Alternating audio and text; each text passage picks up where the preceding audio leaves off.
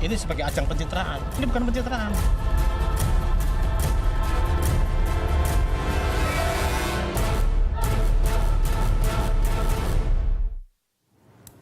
Pemirsa, Anda kembali dalam Prime Talk. Presiden Indonesia ke-6 Susilo Bambang Yudhoyono angkat suara tentang dana aspirasi bagi anggota Dewan Perwakilan Rakyat melalui akun Twitternya. Di era pemerintahannya, SBY mengatakan menolak usul pengadaan dana aspirasi karena dianggap menyamakan kewenangan eksekutif dan legislatif. SBY menuangkan 5 hal yang harus dikritisi dan diuji atas ide dana aspirasi DPR. Berikut kami tampilkan 16 kicauan SBY di akunnya @sbyudhoyono.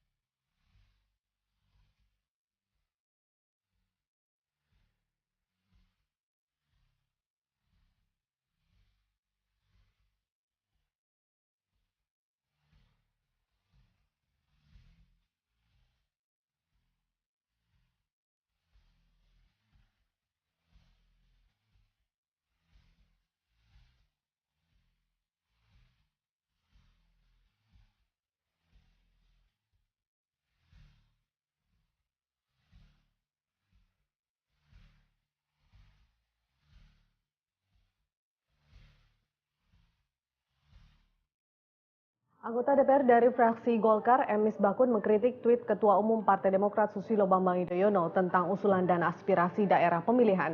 Melalui akun Twitternya @mmisbakun, anggota Komisi 11 DPR itu mengingatkan SBY lebih berhati-hati menyampaikan opini mengenai usulan dana aspirasi sebesar 20 miliar rupiah per anggota setiap tahunnya itu.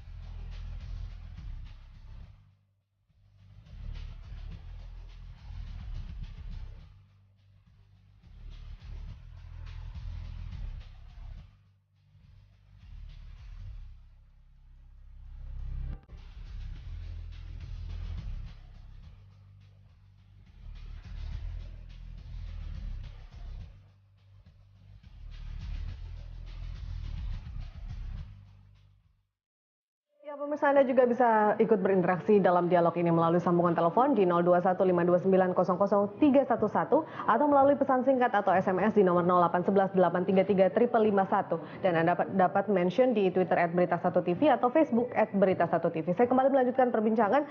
Pak Yandri mungkin menanggapi dulu statement dari Pak SBY. Ada beberapa hal yang kemudian betul. Saya kira saya berterima kasih kepada Pak SBY membuat kita semakin hati-hati dan perdebatan tentang dana aspirasi ini semakin meluas, bagus. Tetapi menurut saya apa yang disampaikan SBY mungkin banyak kurang tepatnya, ya kan tadi. Seperti misalnya apa? Ya misalkan dia khawatir seolah-olah DPR akan mengambil hak eksekutif. Yang saya katakan tadi dari awal bahwa DPR hanya mengusulkan program, tidak memegang duit, tidak juga ikut tender, dan tidak akan cawe-cawe di proyek itu. Dan ini kan akan dibahas dalam antara pemerintah dan DPR, dan itu akan disahkan dalam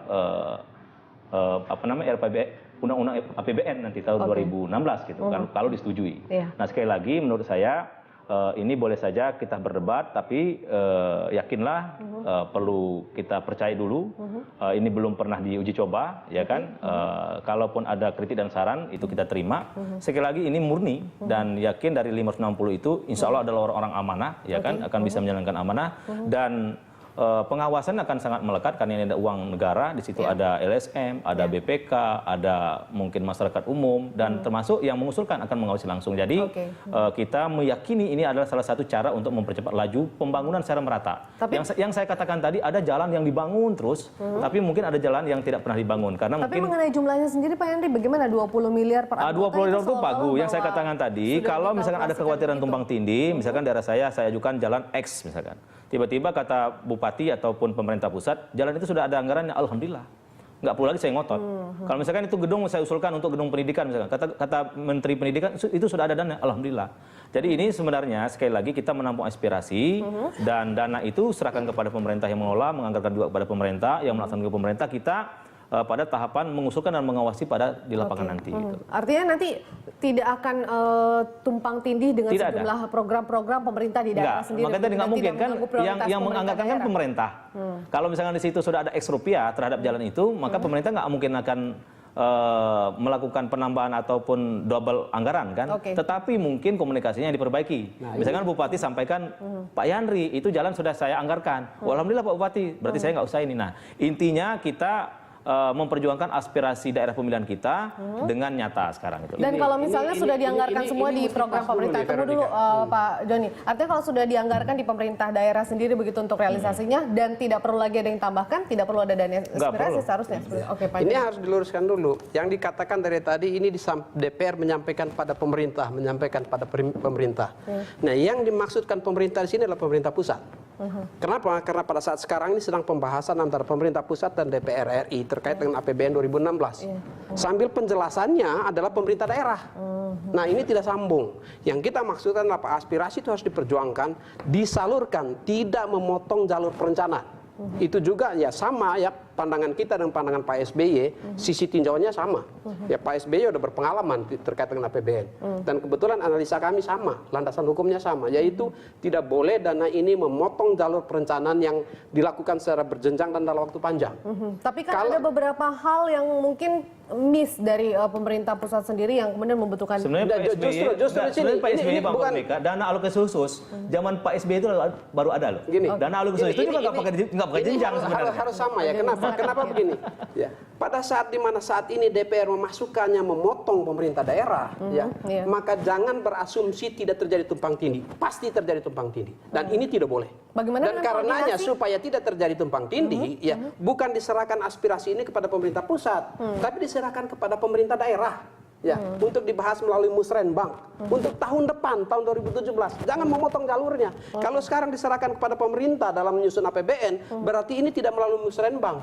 Ini tidak melalui pemerintah daerah. Ini tidak melalui DAK yang mau diselipkan di DAK. Pemerintah daerah tidak tahu, itu salah. Itu langgar undang-undang dan ini ilegal. Ya, ini baik, tidak tahan boleh. dulu. Kita ada penelpon, masyarakat juga ingin berbicara. Ada Pak Hengki Wongki dari Manado, Sulawesi Utara. Sorry, Hengki Wongkar ya. Pak Hengki? Halo. Ya, Pak Hengki dari Manado, benar ya Pak ya? Dari Tomon, Sulawesi Utara. Tomon, silakan Pak Hengki mau memberikan masukan kepada anggota DPR kita yang sudah ada di studio mengenai dana aspirasi Halo. ini. Iya Pak, silakan. Selamat malam. Malam. Malam. Malam Pak Hengki. Dari Tomohon, Sulawesi Utara. Silakan Pak Hengki. Tomohon, bukan Manado. Oke, ya silakan Pak Hengki. Kalau menurut saya dana ini saya kira tidak perlu disalurkan karena ini untuk kepentingan pribadi anggota DPR. Karena kan DPR itu pembuat anggaran bukan pengguna anggaran. Jadi saya kira pemerintah juga jangan seenaknya, jangan terpengaruh dengan apa yang dikatakan oleh anggota DPR yang setuju. Oke. Saya melihat yang PAN yang paling ngotot setuju dengan dana aspirasi ini sama Golkar.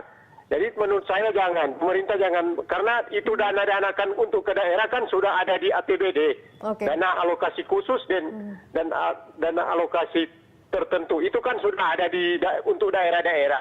Oke. Itu pasti akan diberikan kepada konstituen mereka secara pribadi. Itu pasti akan sama dengan dana reses. Itu kan prosesnya baik, begitu. Pak Hengki. Artinya Yang dana kami tersebut tidak diterima oleh karena Pak kami Hengki bukan dan pendukung teman-teman di mereka, pasti Tomohon tidak ya? akan terima. Jadi itu bohong kalau mereka bilang itu akan untuk pembangunan di daerah-daerah. Ya udah, oke. Terima kasih Pak Hengki. Sayang sekali kita sudah berkomunikasi dengan Pak Hengki di Tomohon, tapi kita sudah menangkap protes dari Pak Hengki sendiri. Bapak-bapak akan menjawabnya di segmen berikut. Tetaplah bersama kami pemirsa di Prime Time.